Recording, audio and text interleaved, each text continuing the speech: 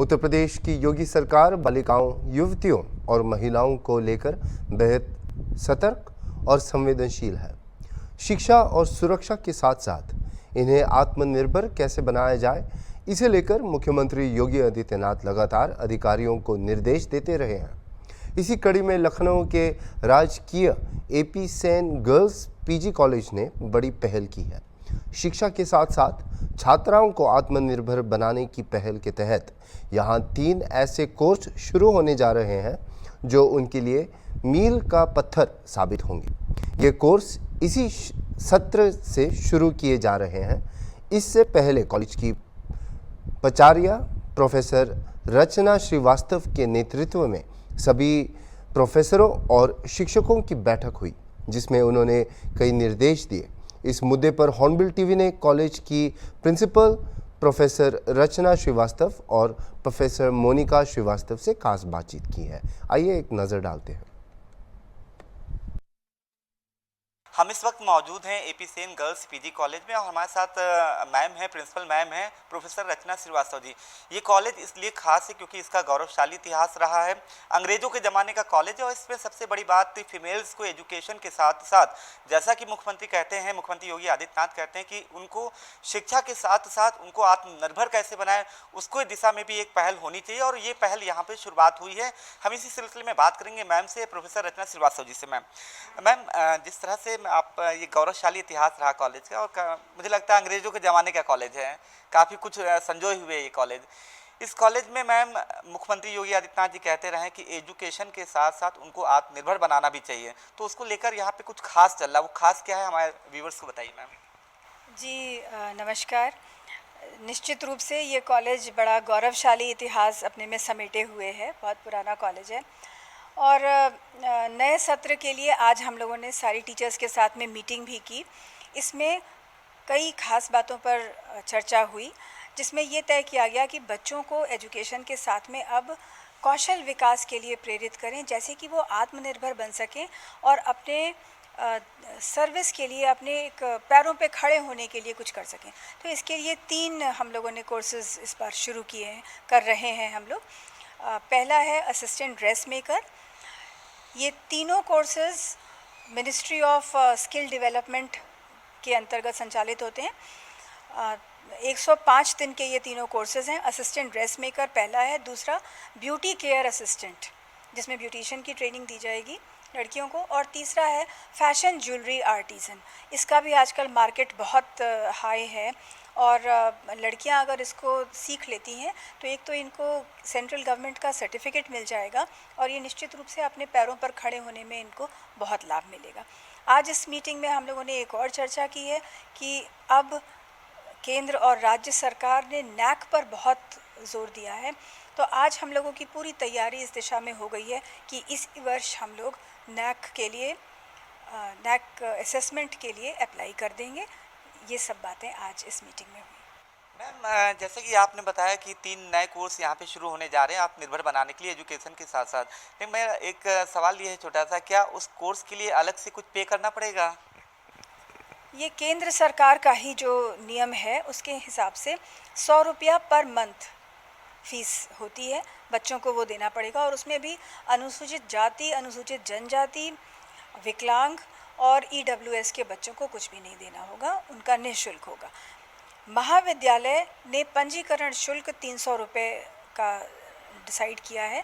ये managing committee की तरफ से निर्देश है।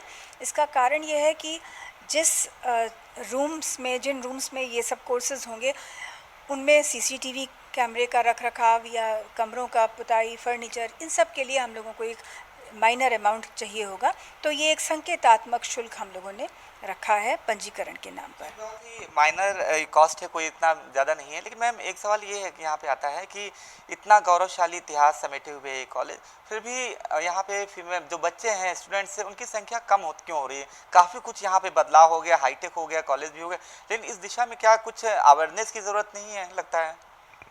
सबसे पहले तो बहुत बहुत धन्यवाद जो आपने इस कॉलेज को कहा कि हाईटेक हो गया और सब अच्छी सुविधाएं आ गई। निश्चित रूप से हमारे यहाँ बेस्ट क्वालिटी के कंप्यूटर्स लगे हुए हैं, बहुत अच्छा इंफ्रास्ट्रक्चर है, कोई कमी नहीं है कॉलेज में, सब तरह से अब ये बहुत हाई टेक हो गया है निश्चित रूप से।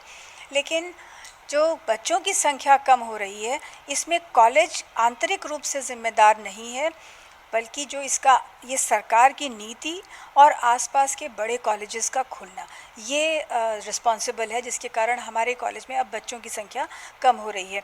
आसपास के कॉलेजेस एक तो कोएड हो गए हैं, जो कि बहुत गलत है।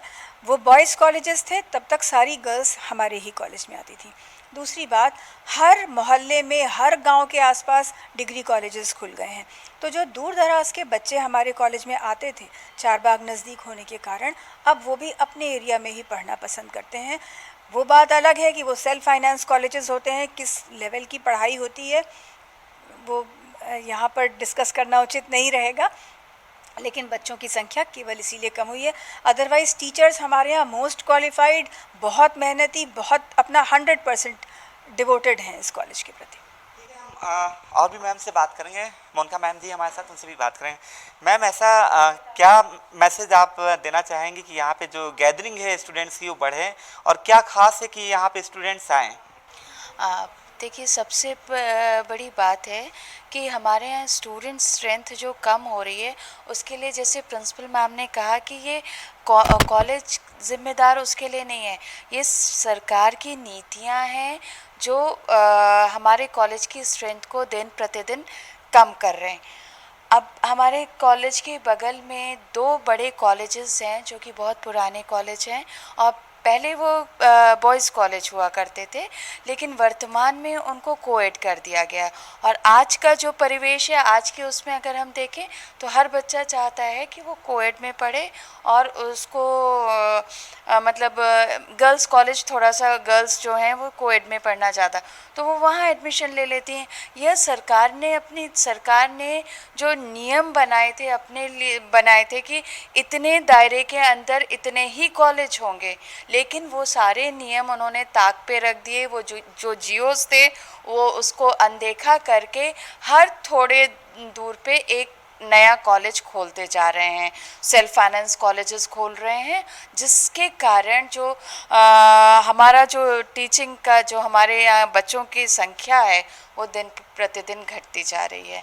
स्टैंडर्ड, टीचिंग का स्टैंडर्ड हमारा कम नहीं हो रहा, हमारा तो ऊंचा है, लेकिन सेल्फ फाइनेंस का स्तर नहीं ऊंचा होगा। तो उसको भी देखते हुए सरकार को भी प्रयास करना चाहिए कि ये जो सेल्फ फाइनेंस कॉलेजेस खोल रहे हैं, जो इन्होंने मतलब एक जियो था, जो नियम था, उस नियम को एक बार फिर से उसका पुनरावलोकन करें। कि उन फीमेल्स को आप क्या मैसेज देना चाहती हैं जो एजुकेशन के साथ साथ आत्मनिर्भर भी बनना चाहती हैं, उनके लिए आप क्या कहना चाहती हैं? कि ये देखिए, इस दिशा में तो हम AP सेन महाविद्यालय दिन प्रतिदिन प्रयासरत है, और हमने बहुत सारे ऐसे कोर्सेज स्टार्ट किए हैं जिसमें बच्चे यहाँ पढ़ाई करें और साथ में आत्मनिर्भर भी बने। जैसे कौशल विकास केंद्र का है, या हमारे तारा शक्ति केंद्र जो खुला है, जिसमें लड़कियाँ पढ़ाई के साथ साथ अपना स्टिचिंग का भी काम कर रही हैं, और उसमें उनको पैसे भी मिल रहे हैं। तो अगर इस तरह से हम लोग का प्रयास कर रहे हैं, तो थोड़ा सा सरकार को भी इस तरफ ध्यान देना चाहिए। आप देखिए, आप प्रिंसिपल मैम भी थी और आप मोनिका मैम भी थी, प्रोफेसर हैं, उन्होंने भी साफ कहा कि यहाँ पे जो एजुकेशन के साथ साथ स्टूडेंट्स को, जैसा कि योगी सरकार कहती रही कि शिक्षा के साथ साथ यानी एजुकेशन के साथ साथ आत्मनिर्भर कैसे बनाया जाए, आत्मनिर्भर बनाने की दिशा में यहाँ बहुत बड़ा कदम उठाया गया है, जिसमें 3 नए कोर्स आ रहे हैं, जिससे जो स्टूडेंट्स हैं वो आत्मनिर्भर बन सकेंगे पढ़ाई के साथ साथ। तो दूसरा सबसे बड़ा थोड़ा मलाल भी है इस कॉलेज प्रबंधन में कि जिस तरह की यहाँ जो सुविधा दी जा रही है स्टूडेंट्स के लिए, जो हाईटेक सुविधा दी जा रही है या उनको आत्मनिर्भर बना के लिए, लेकिन मलाल इस बात का उसके बावजूद भी जो संख्या है वो कम होती जा रही है। हालांकि इनका मानना है कि आने वाले दिनों में ये संख्या बढ़ेगी ज़रूर, इस भरोसे की ये उम्मीद है इन्हें कि आने वाले समय में संख्या बढ़ेगी।